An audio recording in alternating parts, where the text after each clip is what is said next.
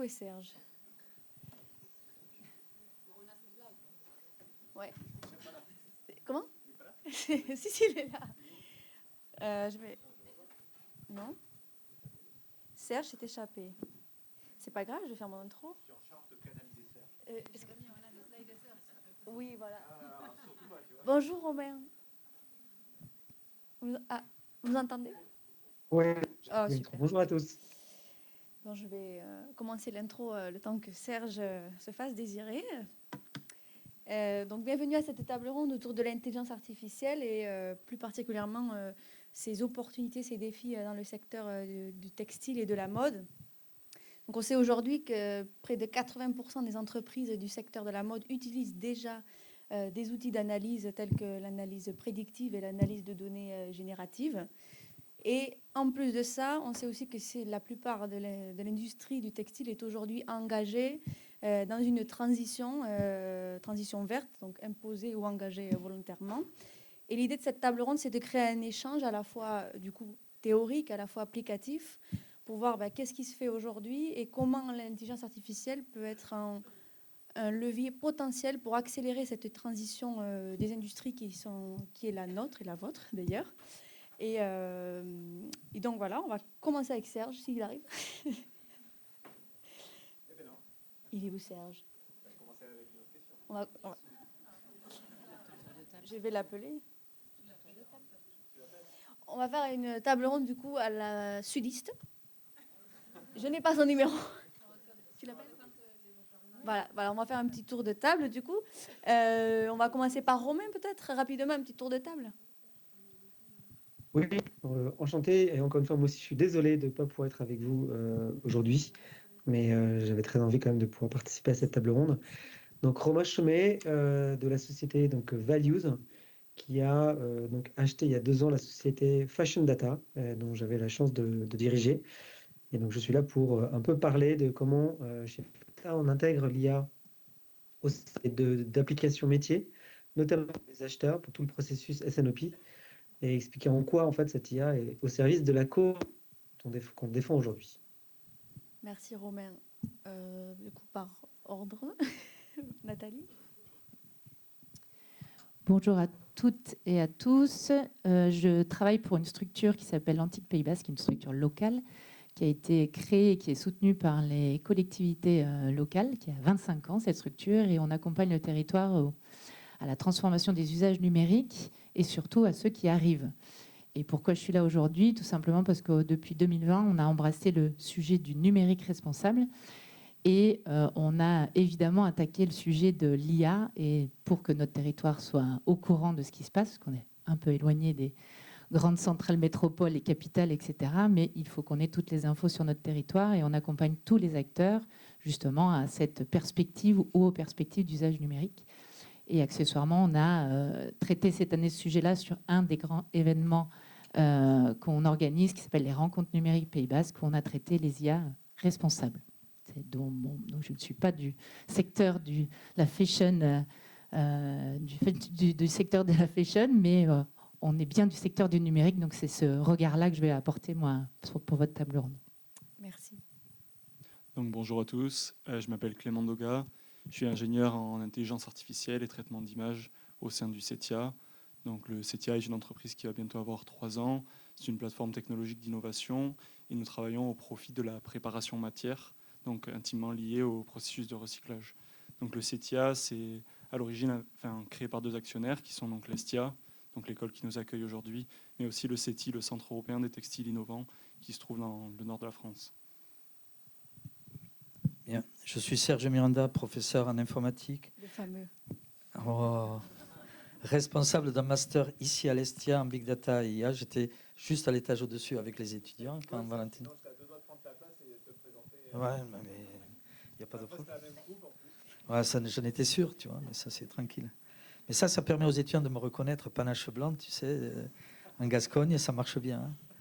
Donc, voilà, je suis prof et on a un data lab ici sur les grandes applications de l'IA qu'on développe ici et puis dans d'autres pays, en Afrique, dans les grands thèmes agriculture numérique, santé numérique, éducation numérique.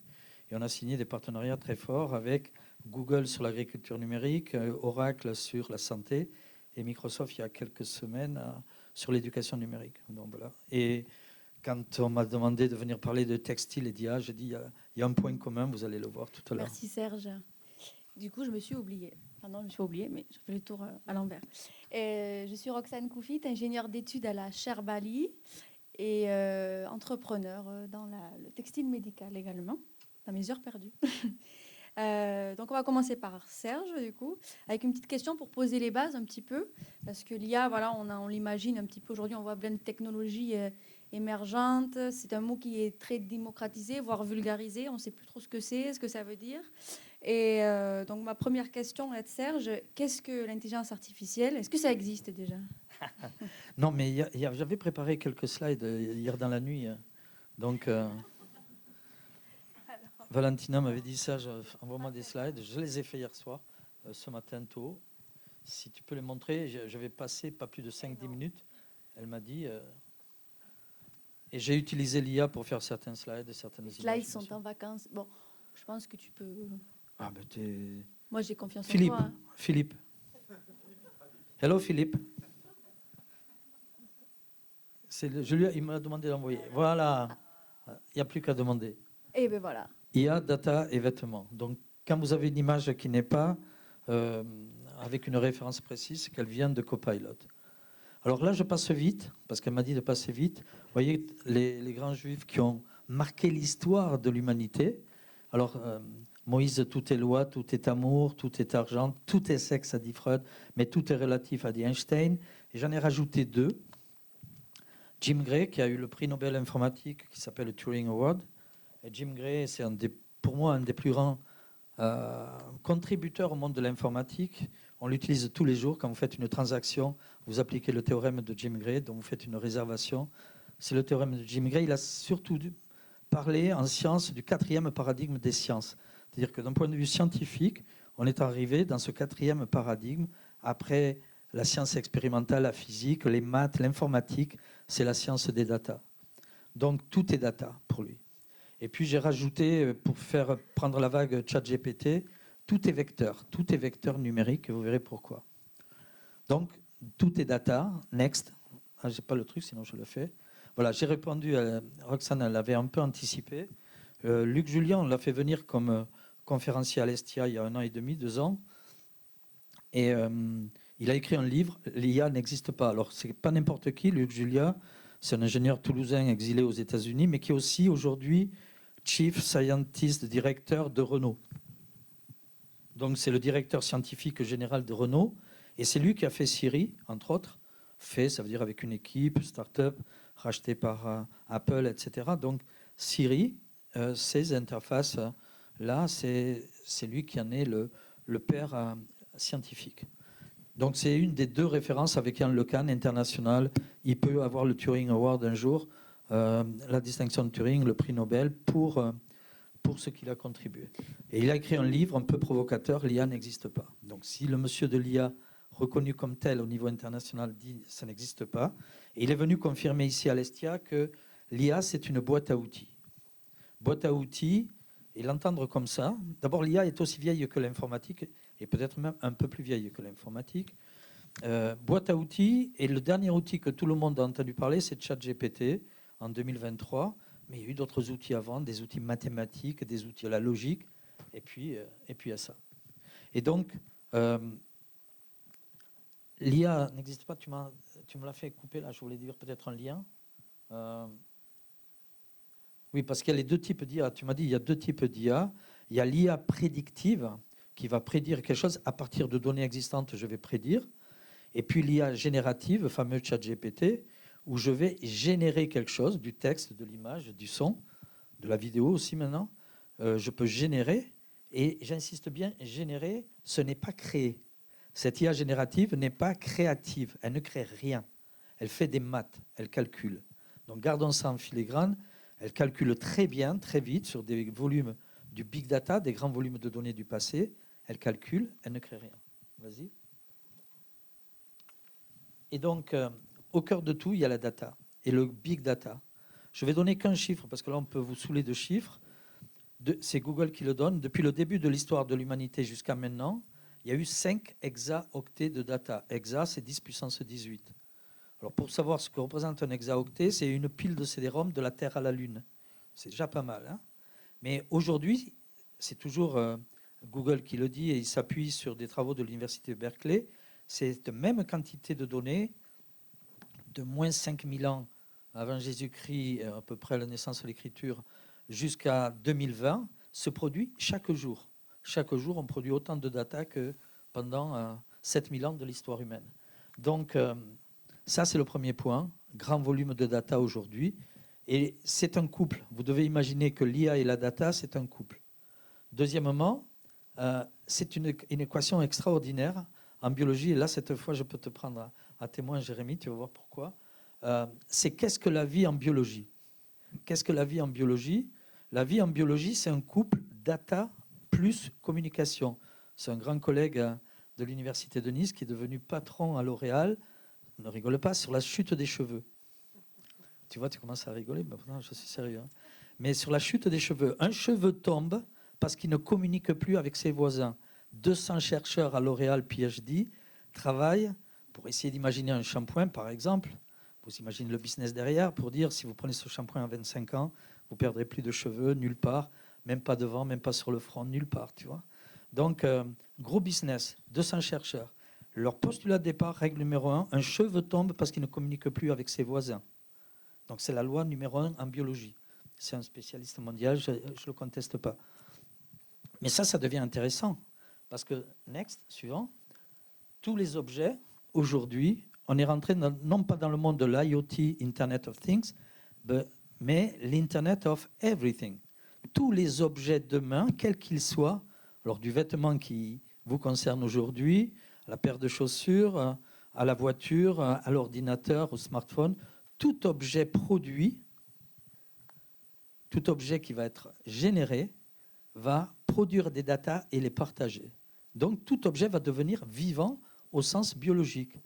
Quand je discute avec les étudiants, vous imaginez des projets en agriculture. Là, en ce moment, on a le groupe d'étudiants en mobilité en agriculture. Ben, vous devez imaginer que votre champ agricole qui produit des datas, il devient vivant. Que votre fermier qui produit des datas, ben, il est aussi là un double numérique. J'emploie aussi souvent le terme de double numérique pour le champ, pour le fermier, pour l'instit, pour le prof, pour l'étudiant. Donc, Internet of Everything. Au futur, tout objet, donc tout vêtement du futur, pour des raisons de circularité, pour des raisons d'usage, pour des raisons de prévention d'un sportif ou d'un militaire, va communiquer. Merci Serge. Et je crois qu'il y avait le voilà. Alors, je m'étais amusé avec Copilot, parce qu'ici, une autre personne m'avait dit avec Copilot, on peut faire du design au lieu de partir de la feuille blanche. J'ai posé la question à Copilot, je fabrique des jeans et je voudrais avoir une idée du jean à la mode que je pourrais lancer.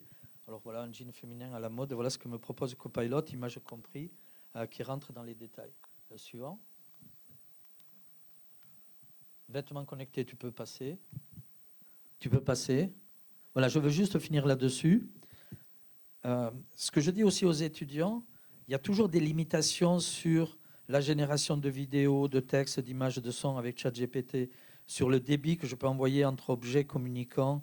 Est-ce que j'utilise le satellite basse orbite ou est-ce que j'utilise Wi-Fi, WiMAX, 3G, LoRa, des choses comme ça. Mais d'un point de vue, il n'y a aucune limitation sur la créativité des services. Aucune. Aucune. Je vais prendre un exemple sur créativité des services. J'ai vu récemment qu'il y a un fabricant de jeans en Californie qui veut faire comment s'appelle, l'Uber du jean. On n'achètera plus des jeans, on va les louer pour maximiser le recyclage, l'utilisation du jean et lui dire un jean, on l'achète pour un mois, on va le louer. Et donc, ils ne vendent plus de jeans, ils vont les louer. C'est un exemple. Mais ça veut dire qu'il y a des gens qui sont créatifs, qui imaginent un service. Et pourquoi pas, on loue bien des voitures qu'on ne possède pas, on loue bien des appartements qu'on ne possède pas. Faire l'Airbnb du jean, pourquoi pas. Voilà. Et donc, vous voyez qu'il y a sur les capteurs, maintenant, pour que le vêtement communique, il y a eu 3 générations, ce que j'ai vu. Il y a les capteurs qu'on rajoute sur le vêtement, les capteurs qui sont éventuellement intégrés au vêtement et quand le vêtement lui-même est un capteur. Et puis les 3 grands domaines d'application business aux États-Unis sur les vêtements communicants, les smart textiles, les smart vêtements, tout ce que vous voulez. En premier et de loin, c'est les militaires. L'uniforme militaire, c'est de l'électronique embarquée extraordinaire. Ça fait même peur. Je pourrais vous montrer ou vous envoyer une vidéo de micro-drone qui fait peur. Qu'est-ce qu'on peut faire en IA aujourd'hui au format d'une abeille? Donc les militaires, la santé et les sportifs de haut niveau. Très friands de tout ce qui va être objet communicant pour optimiser ses performances. Merci Serge pour ce panorama. Du coup, on est allé un peu hors filière pour le coup, mais on va revenir filière, puisque c'est le but aussi de la table ronde, mais c'est bien aussi de prendre un peu de hauteur, voir qu'est-ce qui se passe. Et comme tu l'as dit, tu nous as fait remarquer, aujourd'hui, c'est l'Internet of Everything. Mais everything à quel prix, à quelle utilité? Et pour ce, je vais passer la parole à Romain de Fashion Data. Du coup, on va passer à un cas d'application concret. Comment l'intelligence artificielle peut être utile et utilisée de façon raisonnée et responsable pour aider à mieux gestionner les chaînes de production, d'approvisionnement, mieux concevoir, rendre l'accès à l'expérience utilisateur aussi plus durable et plus soutenable. Et donc là, on va passer à un cas d'application concret avec Romain. Si tu peux nous expliquer la solution que tu développes avec Fashion Data. Oui, tout à fait. Je ne sais pas si, pareil, les slides passent ou pas, parce que je les verrai pas.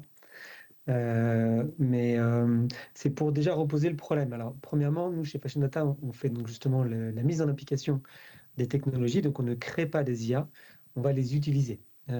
Et là, on les utilise en fait depuis maintenant 5 ans sur les processus donc SNOP de la chaîne d'approvisionnement et surtout d'achat dans le textile. L'enjeu, donc je ne sais pas si c'est la slide, on voit ça un peu sur le schéma du process. Vous connaissez peut-être par cœur, c'est la slide 3. Grosso modo, en fait, vous savez, c'est quand on va dans toutes vos collections, il y a une phase en fait où on définit les budgets, puis après quel est l'assortiment, du coup quelle est la quantité qu'on doit acheter de chaque article pour les différentes tailles, comment on va les distribuer dans les clusters de magasins, puis dans les magasins, puis après une fois que les ventes démarrent, comment on pilote le réachat, le réapprovisionnement, etc., etc. C'est un certain nombre de calculs qui sont appliqués déjà à la base. Et si on met la slide un petit peu 4, ce qui a changé, pourquoi l'IA vient d'investir en fait ce domaine, c'est parce qu'on est rentré dans une ère qu'on appelle l'ère VUCA, je ne sais pas si ça vous parle, donc volatile, incertain, complexe et ambigu. Dans le textile, en fait, on a vraiment, en fait, on subit à plein ce phénomène. Donc la volatilité et l'évolution permanente des cours des matières premières, du transport, du taux de change, etc., qui rend les choses en fait très compliquées quand on fait des prévisions à 6, 8, 12 mois en avance sur les prochaines collections. Les facteurs d'incertitude, on les a avec le réchauffement climatique, qui sont des facteurs d'incertitude à court et moyen terme maintenant, parce que même à court terme, on peut avoir des matières premières qui peuvent être impactées par le climat. On a des enjeux aussi de réglementation, on peut avoir des pandémies, on a la guerre qui arrive de partout. La complexité qui évolue aussi dans le métier, c'est qu'aujourd'hui, en fait, on doit vendre en multicanal avec des clients très exigeants, notamment sur le prix. Aussi qui veulent des éco-conceptions, parce que bien sûr, cette sensibilité au green est peut-être est réelle, et tant mieux, et on est là pour les adresser. Et puis, paradoxalement, il y a toute cette ambiguïté entre des consommateurs qui vont sur Vinted, qui veulent du Made in France et qui achètent simultanément sur Chine. Et cette complexité-là fait qu'aujourd'hui, en fait, quand on a une marque, comme quand on a une entreprise, définir ce processus SNOP d'achat devient très, très, très sophistiqué. Et c'est comprendre les conséquences lorsqu'on se trompe sur les modalités d'achat, puisqu'on va tomber dans des enjeux de surproduction, donc ça va peut-être un petit peu après, c'est qu'on a des enjeux de surproduction, puisqu'on n'a pas une vision granulaire. On simplifie les réalités, or la réalité est complexe, donc on tombe à côté. Et on se retrouve avec donc soit pas assez de pièces produites dans les bonnes tailles, soit trop, avec des chaînes d'approvisionnement qui sont sous tension, parce qu'on donne des instructions contradictoires en disant « je veux plus », puis finalement « je veux moins ». Je vais en bateau, puis j'ai besoin que tu me l'envoies finalement en avion, parce que en fait, je dois livrer le magasin à toute vitesse. Bref, on a des équipes qui s'épuisent, et cette tension s'appuie vraiment sur toute la chaîne, en fait, toute la chaîne du textile. C'est une tension qui se projette aussi, bien sûr, dans les ateliers, à l'autre bout du monde, et qui introduit en fait une pénibilité accrue, c'est une tension sur l'empreinte carbone, puisqu'on commence à faire, on produit trop ou pas assez, on transporte un peu n'importe comment, et on n'est pas du tout optimum en fait sur l'empreinte carbone du transport. Et puis quand ça arrive dans les magasins, ça peut être trop tôt, ça peut être trop tard, et le public ne trouve pas en fait, son choix. Et donc finalement, il faut qu'on change de ce paradigme. C'est un paradigme en fait, de faire avec des feuilles Excel, de faire avec un peu son intuition, de faire avec les systèmes traditionnels, les outils classiques. C'est un outil c'est une approche, un processus qui est arrivé en fait ses limites. Et donc c'est là qu'intervient l'IA. Et donc que va faire l'IA? On l'a vu, c'est très puissant en termes de capacité de calcul, de projection, de simulation, d'anticipation. Et donc en fait, on va reprendre le même processus métier, mais on va y ajouter en fait avec ces IA des assistants intelligents qui ne vont pas du tout remplacer en fait les gens du métier, mais qui vont les aider en fait à optimiser le geste, la décision, la quantité qui doit être achetée. Je vais juste insister sur cette logique de complémentarité. C'est vrai que l'IA peut aussi rentrer enfin, à une dimension aussi un peu fantasmagorique où on parle beaucoup qu'on va être remplacé par l'IA, va supprimer l'humanité ou les emplois. Sachez qu'une technologie n'a jamais remplacé les emplois, elle a changé les tâches qui étaient en fait réalisées par des gens dans leur travail, dans leurs emplois. Mais généralement, les technologies sont plutôt en fait au service du travail. Et donc faire équipe avec ces IA, c'est peut-être le seul mot que j'aimerais que vous gardiez en tête de mon intervention. Il ne faut pas avoir peur de ces IA qui sont là pour éviter les accidents industriels, qui sont là pour ajuster en fait justement l'offre à la demande, qui sont là pour fluidifier toute la chaîne de production d'ajustement et qui sont là au final pour atteindre, et c'est le but de Fashion Data à sa création, ce que nous on appelle l'éco-rentabilité. C'est-à-dire que ces IA vont vous permettre en fait d'obtenir un PNL positif qui donne la manœuvre aux entreprises d'investir en fait de plus en plus dans les efforts d'un textile en fait responsable. Alors quand je mets le textile responsable, c'est environnemental, social. Quand on est à l'autre bout du monde ou en fait dans nos magasins, chez Fashion Data, on se bat beaucoup pour que les magasins ne ferment pas. Ce sont des emplois essentiels.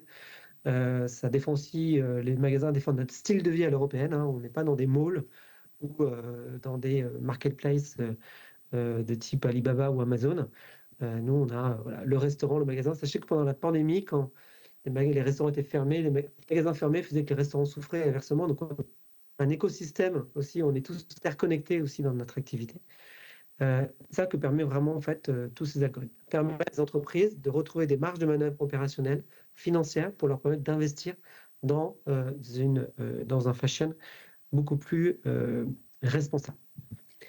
Alors, pour le petit mot technique, peut-être pour continuer, puis peut-être sur des questions, mais donc en fait, il y a plusieurs modules dans Product Pilote. Il y a ce qu'on appelle la prévision des ventes en amont, puis après le cadencement des livraisons en entrepôt, et après le fait de savoir si on doit réacheter ou pas une fois que la saison a démarré. Et très concrètement, que fait l'IA? Donc c'est la slide 9.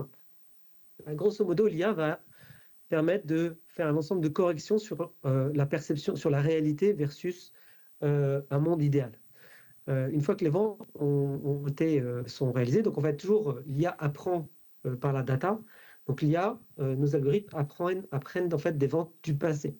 Et donc elles vont analyser toutes les ventes passées, 3 ans, 5 ans, à la référence taille, couleur, magasin, semaine. Et on va regarder tout ce qui s'est passé, puis on va faire un ensemble de calculs. On va par exemple se dire, mince, dans certains magasins, je n'avais pas les bonnes tailles et bonnes quantités. J'ai perdu des ventes. Ces ventes, ce sont les ventes perdues, le taux de rupture. Et nous, on va venir corriger en fait ces ventes du passé en disant, si j'avais les justes quantités, quelle quantité d'articles j'aurais pu vendre. On vient corriger les effets promotion, c'est-à-dire, en fait, comme j'avais du surstock sur certaines quantités, j'ai appliqué la promotion. On vient mesurer en fait l'amplitude, l'amplification des ventes liées à la promotion. Et nous, on imagine que si on avait les justes quantités, on n'aurait pas eu besoin de faire ces promotions. Donc, on vient réduire pour le coup ici les quantités vendues. On mesure les phénomènes de saisonnalité, on ajuste aussi les phénomènes d'ouverture, de fermeture des magasins, donc du périmètre de vente. On ajuste aussi un ensemble, plein d'autres critères qui sont de la cannibalisation des produits, parce que quand vous avez une collection où il y a plus d'articles ou moins d'articles en fonction des familles et des sous-familles, bien sûr, l'année d'après, vous n'avez pas les mêmes ventes. Bref, c'est là où l'IA, en fait, nous aide à faire énormément de calculs et qui viennent finalement nous projeter un modèle de ce qu'auraient dû être les ventes dans le passé. Et à partir des ventes parfaites du passé, on va pouvoir calculer idéalement les ventes futures. Et c'est ainsi que les équipes, en fait, sont beaucoup, beaucoup, beaucoup plus précis sur les quantités achetées, ce qui est l'objectif visé donc, pour nos outils. Merci Romain sur cette explication très complète et complémentaire qui agit un petit peu sur toutes les chaînons, un petit peu jusqu'à la prédiction de la production des produits. Et j'ai une question, moi, côté consommateur, parce que tu agis côté aussi metteur en marché, mais aussi comment ces innovations peuvent influencer ou contribuer à une consommation plus durable aussi de la partie des consommateurs. Est-ce que tu pourrais partager ta vision sur ce côté-là, peut-être? Au niveau de effectivement, c'est-à-dire que les consommateurs effectivement une mode en fait, voilà, qui sera plus responsable, mais déjà, premièrement, ils aspirent à la mode. Et le premier élément, c'est qu'ils trouvent en fait les pièces dont ils ont envie dans leur taille. Et la question des tailles était un des algorithmes, un des points que les algorithmes ont très vite détecté comme mal ajusté. On a des tailles qui ont beaucoup changé en fait depuis les 30-40 dernières années en termes d'évolution et puis surtout en termes de perception de ce qu'est l'inclusivité. Et nos algorithmes finalement sont très actifs puisqu'ils vont en fait mieux détecter les bonnes quantités dans les bonnes tailles, quelles que soient les tailles. Et c'est très important en fait pour tout le monde de trouver sa bonne taille pour se sentir bien en fait dans ses vêtements. Et ça, voilà, c'est aussi une autre façon de percevoir en fait l'apport des algorithmes. C'est d'être au plus près de la réalité. Alors, on a les tailles mannequins, puis on a les vraies tailles, et nos algorithmes nous permettent justement de rencontrer plutôt les vraies tailles et de permettre à chacun donc du coup d'être bien habillé et bien dans sa peau. Ça, c'est un effet aussi des algorithmes. Merci Romain. Donc là, on vient observer un cas d'application concret en début de la chaîne de valeur, tout ce qui est production. Et on a la chance d'avoir le CETIA parmi nous qui agit plutôt en fin de vie des produits. Et là, du coup, un autre exemple sur lequel j'aimerais qu'on discute avec le CETIA, avec Clément. Donc déjà, comment peux-tu déjà parler des projets qui ont été terminés, en cours, sur lesquels le CETIA travaille? Pas de problème. Déjà, il y aura 2 slides, parce qu'on m'avait demandé 2 slides du coup. Et Voilà, un qui est respecté. Je vais vous présenter les différents équipements. Donc, pour revenir sur la mission du CETIA, c'est avant tout la préparation matière. Donc, on axe le travail donc, principalement sur, disons, 3 sujets: l'identification, le démantèlement et le tri, principalement, pour ne pas tous les citer.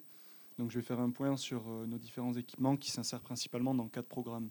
Un programme d'identification, traçabilité pour la chaussure et pour le textile, et un programme plutôt démantèlement, que ce soit aussi donc chaussures et textiles.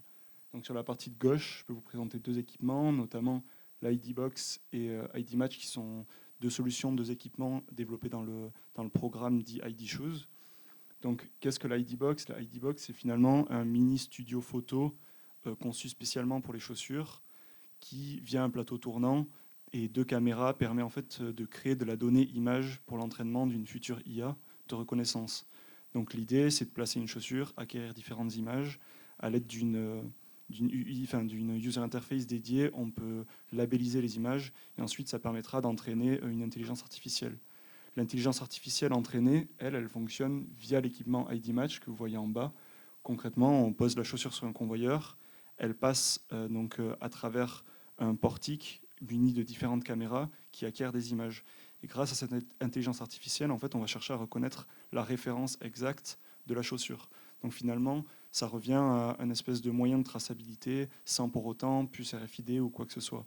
Une fois qu'on acquiert l'image et qu'on a reconnu la référence, en accord avec la marque, on peut aller accéder à son passeport produit ou en tout cas à la donnée détenue par la marque.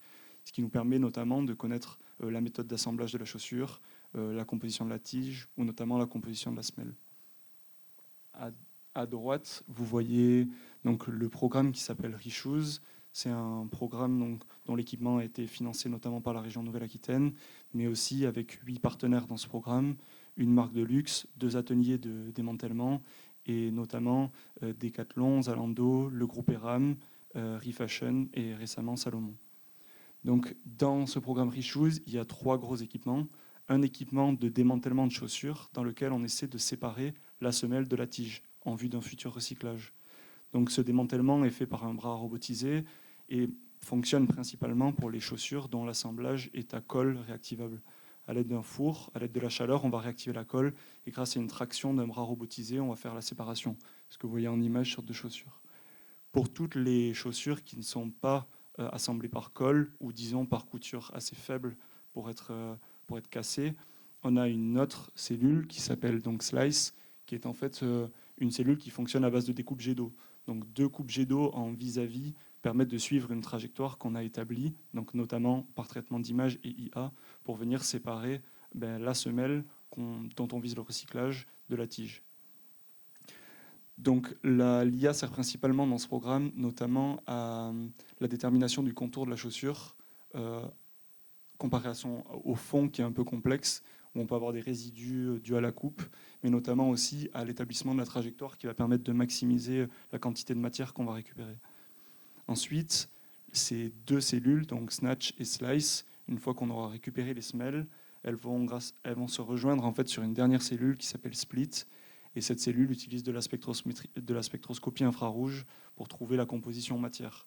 Donc l'idée, c'est qu'une fois qu'on les a démantelés, on souhaite en plus aller plus loin et trouver l'exacte composition de la semelle pour la trier dans un bac. Ce qui nous permet à la fin d'arriver avec, par exemple, un bac dédié de semelles TPU. Et ensuite, vu qu'on n'est que préparateur matière, on s'arrêtera là et on enverra toute cette matière-là à un transformateur donc de matière plastique. Ça, c'est pour la partie chaussures. Et pour la partie textile, donc il y en a, disons, la partie de gauche qui est le programme, donc qui est SensorHub, qui s'insère dans le programme d'identification textile. Donc il s'agit d'une cellule donc c'est un programme aujourd'hui financé par Refashion qui est en cours. Les équipements nous arrivent petit à petit et la cellule va être montée. L'objectif, c'est d'avoir un process multicapteur dans lequel on va essayer de reconstruire donc le fameux passeport produit, ou en tout cas de reconstruire toutes les données qui caractérisent le produit lorsqu'on ne connaît absolument rien sur lui, donc principalement pour du vêtement issu de collecte, du tout venant. Donc avec les multi-acquisitions de tous ces capteurs-là, on essaiera de faire un tri dédié pour, pourquoi pas, le reuse, le recycle, est-ce qu'il faut réparer. Donc c'est toutes les idées qu'on a derrière ce programme. Ensuite, on a la partie de démantèlement. Donc là, notamment, je cite le programme SCIRT. Donc certains ont pu avoir la démo de cette cellule hier. Donc l'objectif, c'est ici de faire du démantèlement, disons, intelligent ou en tout cas localisé. Donc c'est une cellule dans laquelle un opérateur pose à plat le vêtement et ensuite un laser vient faire de la découpe autour des éléments qu'on souhaite séparer. Donc là, l'IA, c'est encore une fois, comme disait Serge, c'est plutôt de l'IA prédictive et non générative.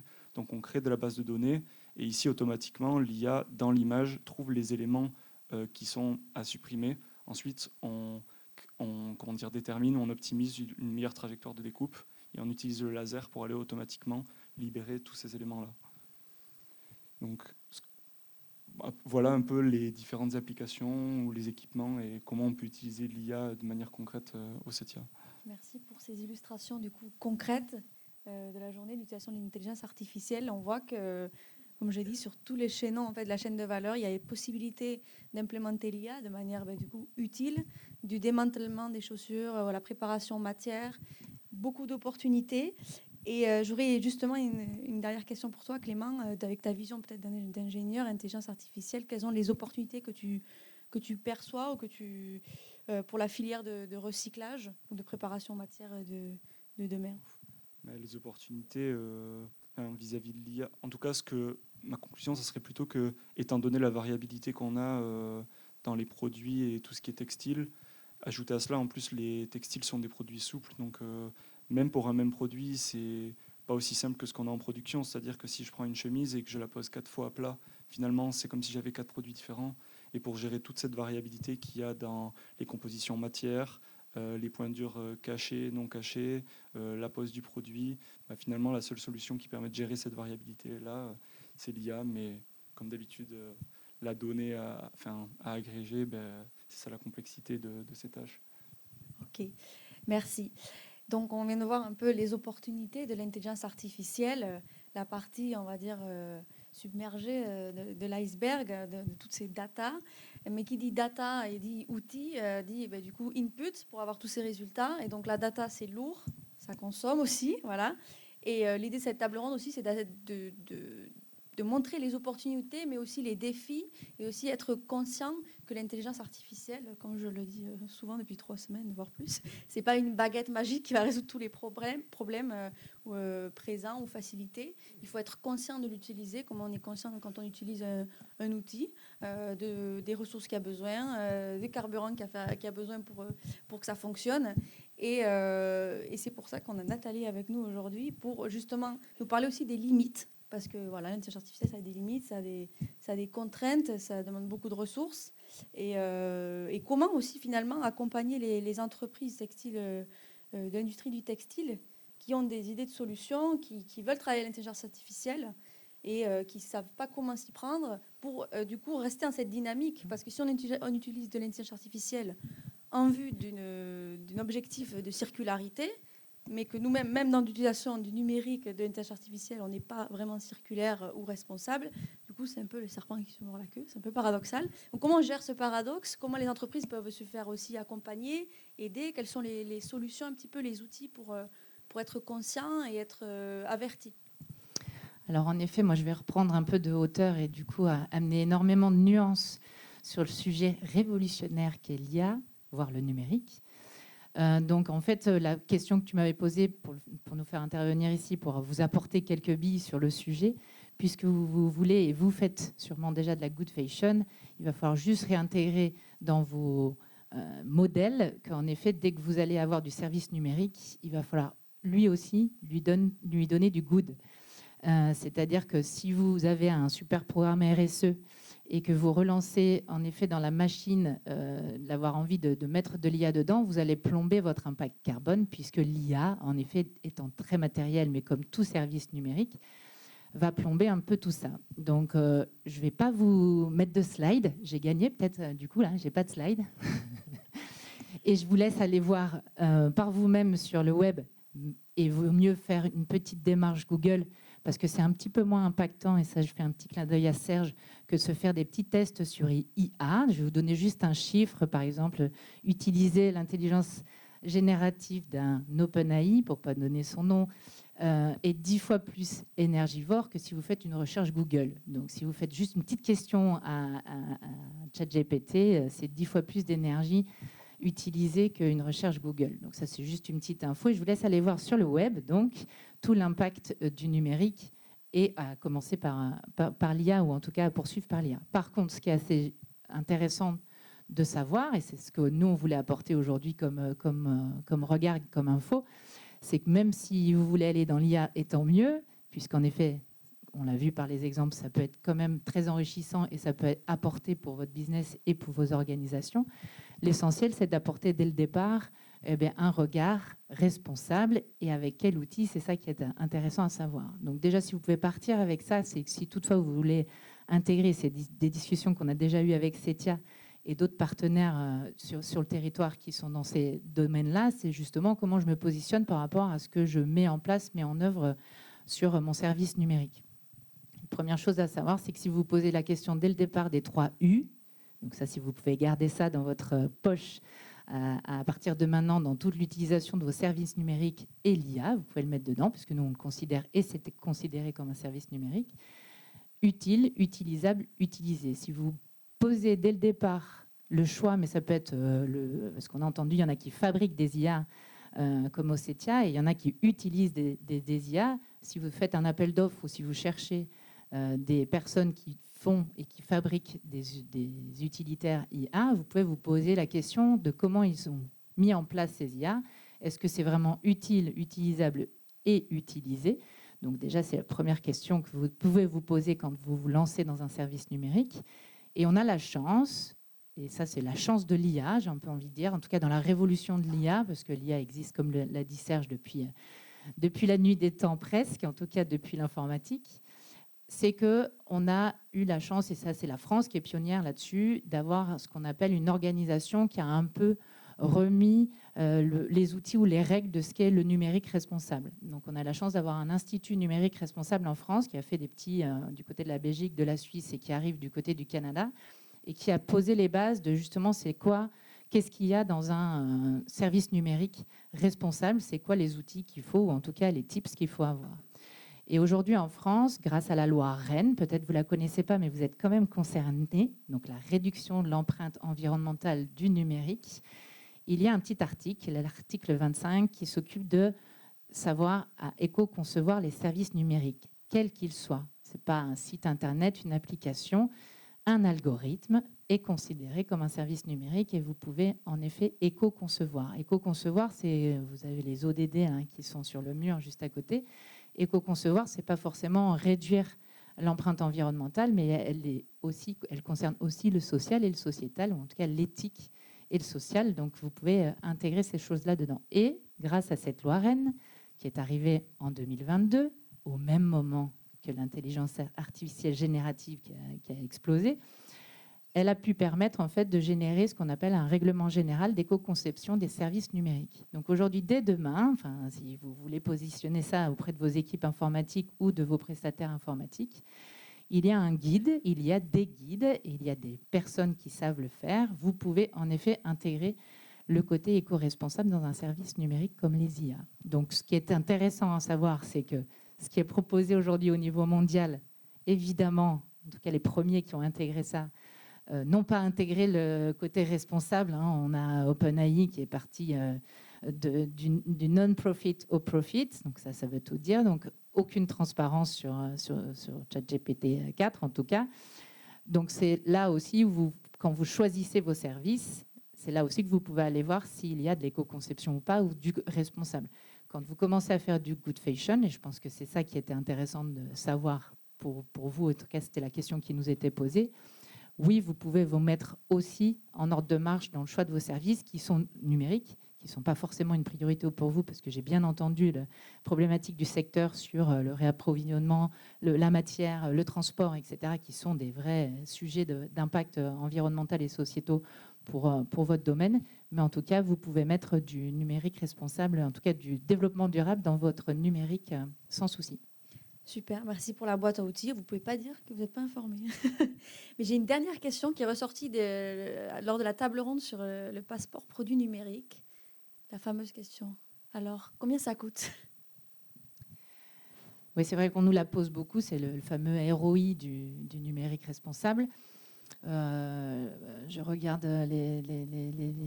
ceux que je connais qui fabriquent du logiciel. Combien ça coûte de fabriquer un logiciel ? Ça dépend de plein de choses, on est d'accord. Ça peut coûter 500 € jusqu'à 500 millions d'euros, à peu près. Encore une fois, dès que vous vous mettez dès le départ sur le sujet en disant je me positionne utile, utilisable, utilisé, ou en tout cas j'intègre dès le départ ma notion écologique, sociétale ou sociale et éthique, ça vous coûtera de toute façon moins cher. Une transformation, et vous en avez parlé largement ce matin et hier, ça coûte de l'argent de toute façon. Une chose est sûre, ce qu'on sait aujourd'hui, c'est qu'en termes d'efforts et de coûts, c'est quand même plus coûteux de transformer un existant. J'ai par exemple une IA qui n'a pas été traitée sur sa partie écologique, où je veux savoir si elle a pensé, parce que ça c'était les réflexions qu'on a avec le CETIA, à une analyse du cycle de vie de ma donnée, c'est-à-dire que les photos qui sont prises au CETIA, est-ce qu'on les garde 5 ans, 10 ans, 100 ans? Est-ce qu'elles servent encore à entraîner la machine? En tout cas, il y a une réflexion sur la donnée de l'IA, sur sa durée de vie, et ça, on devient éthique et environnemental quand on se pose la question. Donc, c'est si déjà, dès le départ, on fabrique un outil pensé et positionné en numérique responsable, il coûte moins cher que de le transformer quand on se dit on va lancer de l'IA, on va prendre l'outil qui est là, et puis après, on va se recaler avec la RSE pour voir si on est vraiment dans les billes de notre angle d'attaque et de notre angle d'attaque, de ce qu'on veut faire en RSE. Non, il vaut mieux que ça soit fait dès le départ, et en effet, ça coûte plus cher de transformer. Et juste un petit dernier ajout, Microsoft, de 2020 à 2003, justement avec l'arrivée de l'IA, en tout cas le développement et le choix de vouloir travailler sur l'IA, a augmenté de 30% son impact environnemental. Donc dans sa trajectoire qui était de baisser ou d'arriver à zéro carbone jusqu'en 2030, c'est mort. Aujourd'hui, peut-être avoir une petite révolution entre-temps. Mais c'est pour vous dire que si ça n'a pas été pensé dès le départ, ça plombe évidemment le choix des directions RSE ou développement durable. Oui, alors à première vue d'œil, on penserait que ça serait le contraire finalement. Donc voilà. Ouais, finalement, on a vu que finalement l'innovation, l'intelligence artificielle, toutes ces nouvelles technologies, ça peut apporter des opportunités en fonction de comment on les utilise, mais c'est comme l'innovation en général que vous pratiquez tous dans tout type d'industrie et de secteur. C'est qu'au final, je pense que les premières questions qu'on doit se poser, c'est celle de l'utilité, c'est celle du besoin, d'évaluer tout le temps. Est-ce que innover pour innover ou mettre de l'intelligence artificielle pour en mettre ou pour faciliter une tâche qui est minime, est-ce que ça vaut vraiment la peine? Je pense que c'est une des premières questions qu'on doit se poser, c'est innover de manière responsable. D'ailleurs, c'est ce qu'on nous inculque à l'Estia dès notre première année. Soyez des ingénieurs, des metteurs en marché conscients et toujours agissez avec un but, avec la philosophie de l'entreprise. Et puis voilà, quoi. Romain, un dernier mot?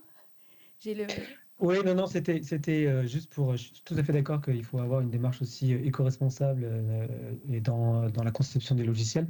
C'est ce nous fait aussi beaucoup, c'est-à-dire qu'on a des systèmes qui s'éteignent automatiquement, qui ne sont pas utilisés, etc.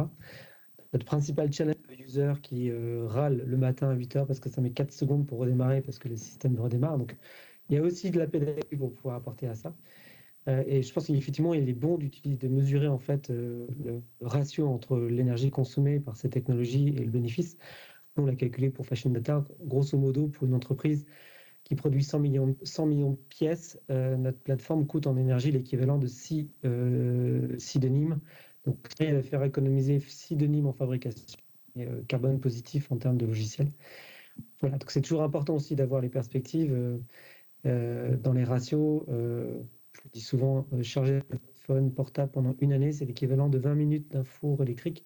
Donc en fait, ce qui consomme, c'est le gâteau au chocolat dans notre empreinte carbone. Il faut toujours mettre en ratio, mais oui, il faut le mesurer. Il n'y a que la mesure qui nous permet de savoir dans quelle direction on va et s'assurer que c'est bien utilisable et utilisé. Je suis tout à fait d'accord avec cette valeur des 3 indispensables. Super, on est tous d'accord alors. Peut-être qu'il y a des questions, des personnes qui sont d'accord ou pas d'accord. Une question et une réponse.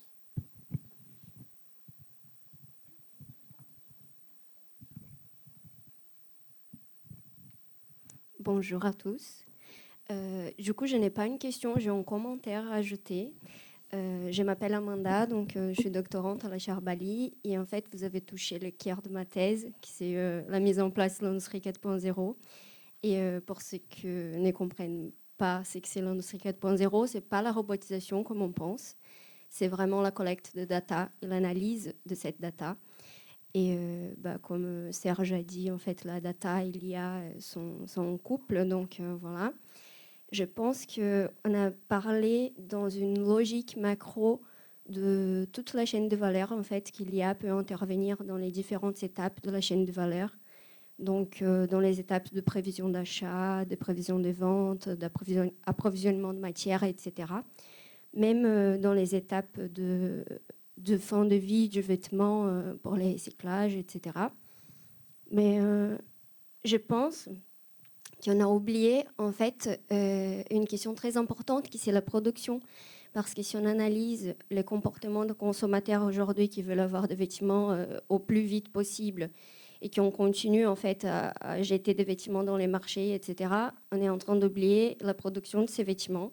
Et là, je pense qu'IA peut vraiment aider, peut être vraiment utile parce que on peut utiliser l'IA, par exemple, pour créer des jumeaux numériques qui vont qui vont nous donner la possibilité d'analyser notre production, de piloter une production plus juste et peut-être de faire une production à la demande si on veut.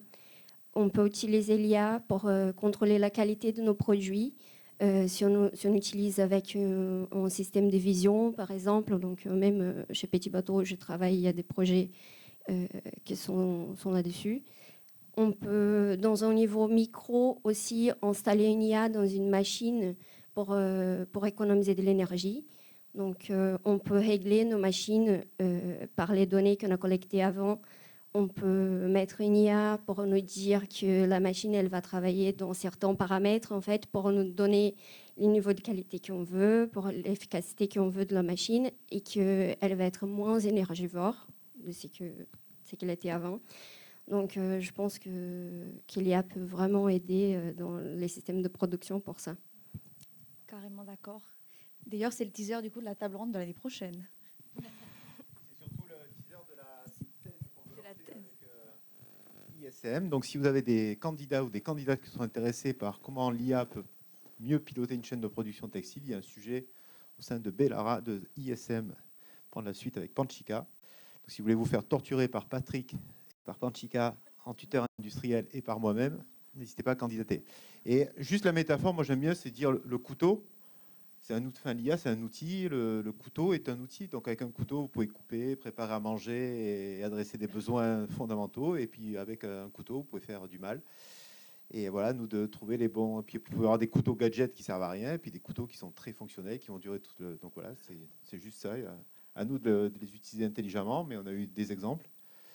Ça a même permis. J'ai vu, tu as supprimé par l'IA la moustache sur ta photo, mais. Valentina nous fait dire que c'est la fin, c'est ça, de la table ronde. Merci à tous les acteurs et à l'animatrice. Bravo Roxane pour cette animation. Ensuite. Alors, on va passer à notre dernière table ronde dès l'après-midi. On va s'intéresser au modèle économique. On l'a pas encore. Alors, vous pouvez parler de modèle économique. Timothée est reparti à Anglette. Donc, on va Donc, vous pouvez parler de rentabilité. performance, de rentabilité. Vous pouvez utiliser les gros mots que vous voulez. Il manque un slide, bon, c'est pas grave. Je dis ça, ça se trouve, il est revenu. Donc. Voilà, on va réunir juste. Il manque un truc. Hein donc, Gauthier qui est là.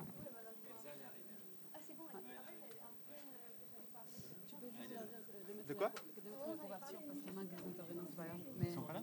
Non, c'est pas grave. Il y a un bug, mais c'est pas grave, il faut juste mettre Biarritz Good Fashion et pas des personnes qui sont pas là.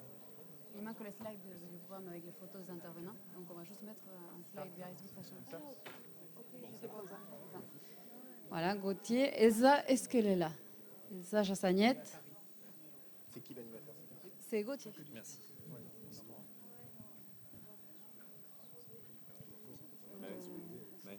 Il manque Elsa. Elsa, elle est dehors, je lui ai dit de rentrer. Ah oui, ok. Donc, Allons-y.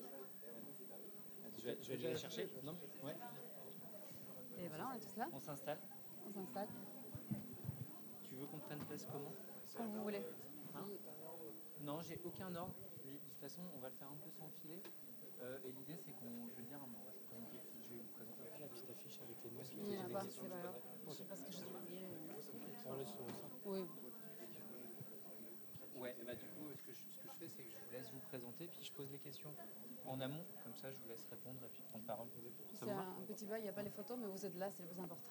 Voilà. Ah oui, c'est vrai qu'il n'y a pas les photos. Ouais. Écoute, Elsa est où? j'essaie de Sinon, le on était sur le plan. C'est pour ça, je vais essayer de Tiens, Tanguy, je te laisse. faire ça, mais je Installe-toi là. Eh ben, Ah je vais oui, laisser c'est- Elsa là. Tiens, si tu veux, je me mets là. Ça, c'est une très bonne idée que tu viens de me donner. On va faire comme ça. Non, mais il n'y a pas de slide, vous, de toute façon. Bon, je te laisse le deuxième micro. Ouais, ça marche. Merci. Eh ben, attends, j'ai 2 micros, moi. Bah non, pour quelqu'un d'autre. Ouais. J'étais prête à prendre le Salut Elsa, ça va?